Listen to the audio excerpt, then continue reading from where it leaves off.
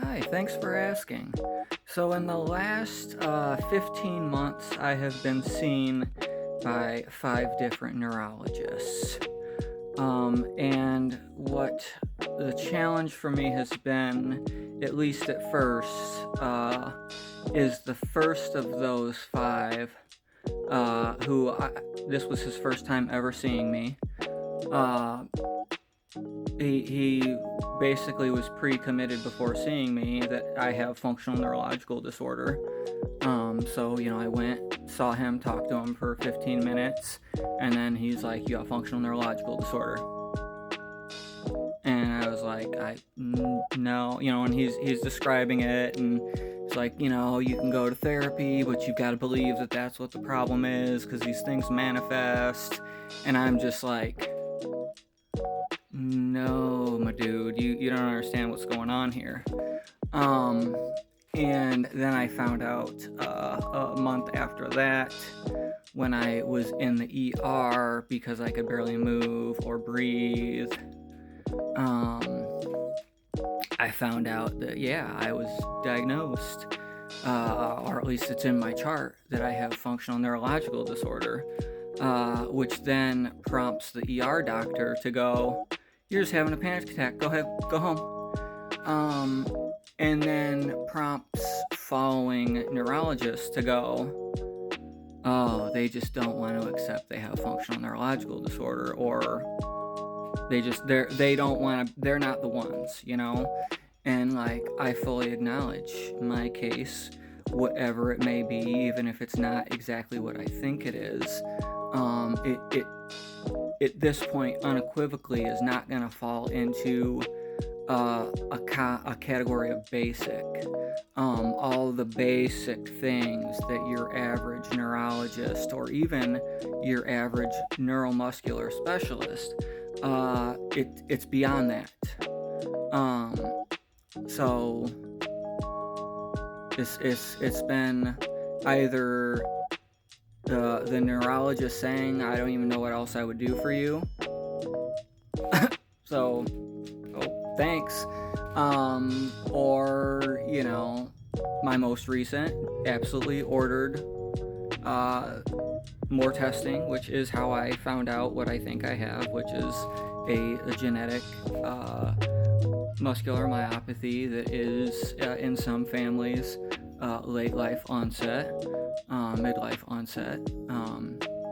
So I have the genetic thing saying maybe, and I've done the research, and I see all the anecdotal cases that very much fit what I've seen in myself my whole life, and also likely in a family member of mine as well.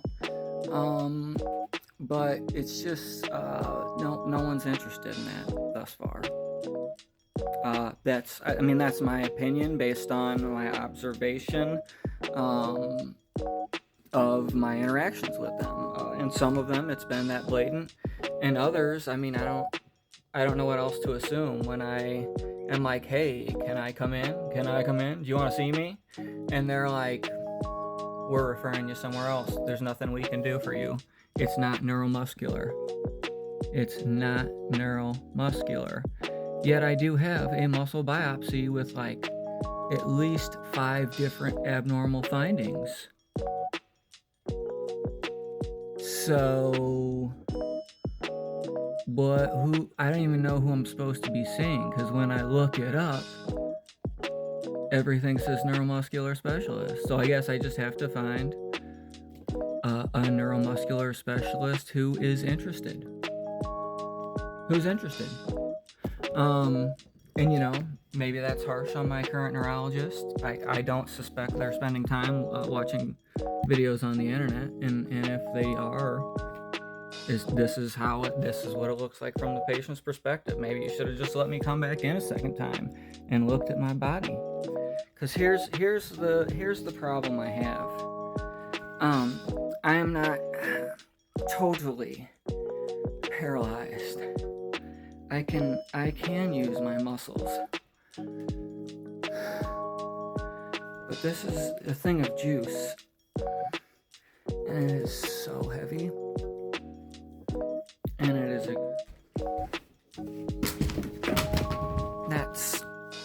that's me. That's the situation. But when someone goes, push up on your knee, yeah, I can push up on my knee.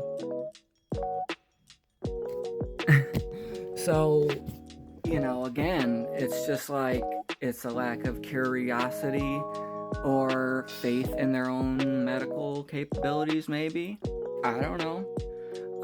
But I'll find them. I mean, I do know this is connected to a genetic disorder, a RYR1 related disorder.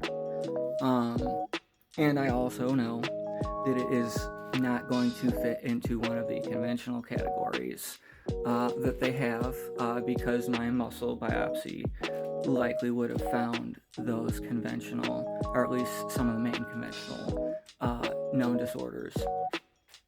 But there are many a case of atypical weird cases in people with variants of unknown significance. And what I really realize now is there's probably maybe even an excessive amount of data that exists in the world about people with variants of unknown significance, and I am not convinced at all that it's on the record where it should be, because I'm willing to bet, since they have not connected any of my symptoms to my genetic situation, I'm probably also in the database is non-symptomatic with this variant of unknown significance. Maybe I'm understanding that wrong, but thus far that is my understanding. So I've said an exceptionally larger amount of things than I was planning to on this video, so hope it was of interest, and thank you for the question. I appreciate it.